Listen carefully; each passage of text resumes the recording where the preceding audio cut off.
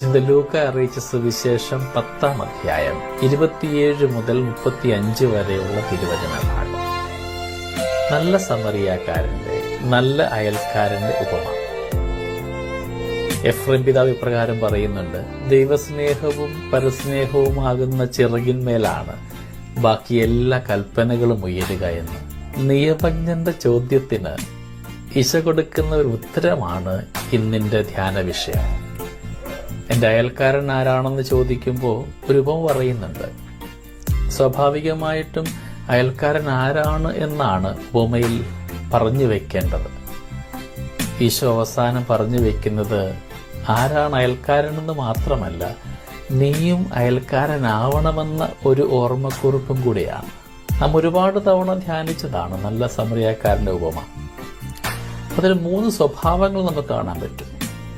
ഒന്നാമത് കവർച്ചക്കാരന്റെ സ്വഭാവം, രണ്ടാമത് പുരോഹിതന്റെയും ലേവായന്റെയും, മൂന്നാമത് സമറിയാക്കാരന്റെ. കവർച്ചക്കാരന്റെ മനോഭാവം എന്ന് പറയുന്നത് എനിക്കുള്ളതെല്ലാം എനിക്ക്, നിനക്കുള്ളതും എനിക്ക്. നിന്റേത് കൂടെ കവർന്നെടുക്കുവാനുള്ള മനോഭാവമാണ് കവർച്ചക്കാരൻ്റെ കയ്യിലുള്ളത്. നമ്മുടെ ജീവിതത്തിൽ ഈ മനോഭാവം ഉണ്ടോ എന്ന് ധ്യാനിക്കുന്നത് നല്ലതായിരിക്കും. രണ്ടാമത് പുരോഹിതന്റെയും ലേവായന്റെയും മനോഭാവം, എനിക്കുള്ളത് എനിക്ക്, നിനക്കുള്ളത് നിനക്ക്. ദേവാലയ കർമ്മങ്ങളുടെ ശുശ്രൂഷകളുടെയും ഒക്കെ നിയോഗം മാത്രമായിരുന്നു അവർക്കുണ്ടായിരുന്നത്. അവർ സഹോദര സ്നേഹം അനുഭവിച്ചതും മനസ്സിലാക്കിയതുമൊക്കെ ദൈവാലയ കർമ്മങ്ങളുടെ പരിവേഷത്തിൽ മാത്രമായിരുന്നു. അതുകൊണ്ടായിരിക്കാം ഒരു നിസ്സംഗ മനോഭാവമായിട്ട് ഇവർ കടന്നു പോകുന്നത്. മൂന്നാമത് സമറിയാക്കാരൻ. സമറിയാക്കാരന്റെ മനോഭാവം എന്ന് പറയുന്നത് നിനക്കുള്ളത് നിനക്ക്, എനിക്കുള്ളത് നിനക്ക്, എൻ്റെ കയ്യിലുള്ളത് കൂടെ നിനക്ക് സമ്മാനിക്കുവാനുള്ളൊരു മനോഭാവം ഈ സമറിയാക്കാരനുണ്ടായിരുന്നു. നമ്മൾ ഈ വചനം ധ്യാനിക്കുമ്പോൾ ഓർക്കുമായിരിക്കും ഞാനും നല്ല സമറിയാക്കാരനായി മാറുമെന്ന്. സമറിയാക്കാരനായി മാറാനായിട്ട് ജെറൂസലേമിൽ നിന്നും ജെറീക്കോയിലേക്ക് പോകേണ്ട ആവശ്യമൊന്നുമില്ല.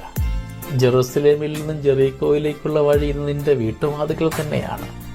അതിലെ കടന്നു പോകുന്നവരെ ദർശിക്കുമ്പോൾ അറിയാൻ പറ്റും എത്ര പേർക്ക് നിന്റെ സഹായം ആവശ്യമുണ്ടെന്ന്, എത്ര പേർക്ക് നിന്റെ അനുകമ്പ ആവശ്യമുണ്ടെന്ന്. നമുക്കൊത്തിരി അയൽവക്കങ്ങളൊക്കെ ഉണ്ടല്ലേ. ദൈവം ഓർമ്മിപ്പിക്കുന്നു, അയൽവക്കത്ത് വീട് വെച്ചത് കൊണ്ടാരും അയൽക്കാരായിട്ട് മാറുന്നില്ല.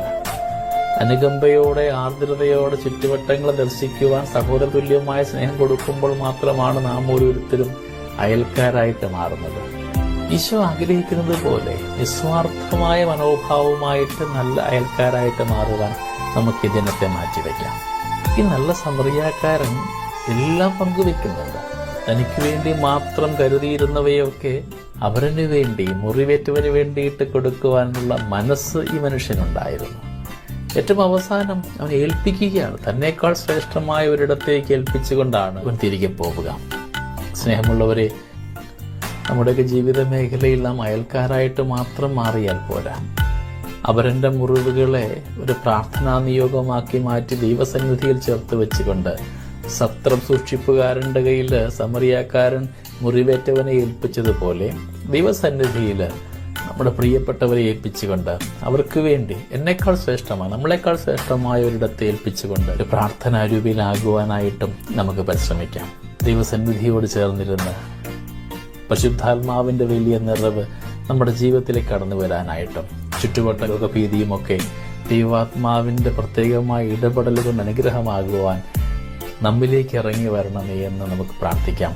ഏവർക്കും ഈ ദിനത്തിന്റെ എല്ലാ നന്മകളും നേരുന്നു. ദൈവം നമ്മളെല്ലാവരെയും സമൃദ്ധമായി അനുഗ്രഹിക്കട്ടെ. നമ്മുടെ കർത്താവ് ഈശോ മിശിഹായുടെ കൃപയും പിതാവായ ദൈവത്തിന്റെ സ്നേഹവും പരിശുദ്ധാത്മാവിന്റെ സഹവാസവും നമ്മുടെ കൂടെ എന്നും ഉണ്ടായിരിക്കട്ടെ, ഇപ്പോഴും എപ്പോഴും എന്നേക്കും. ആമേൻ.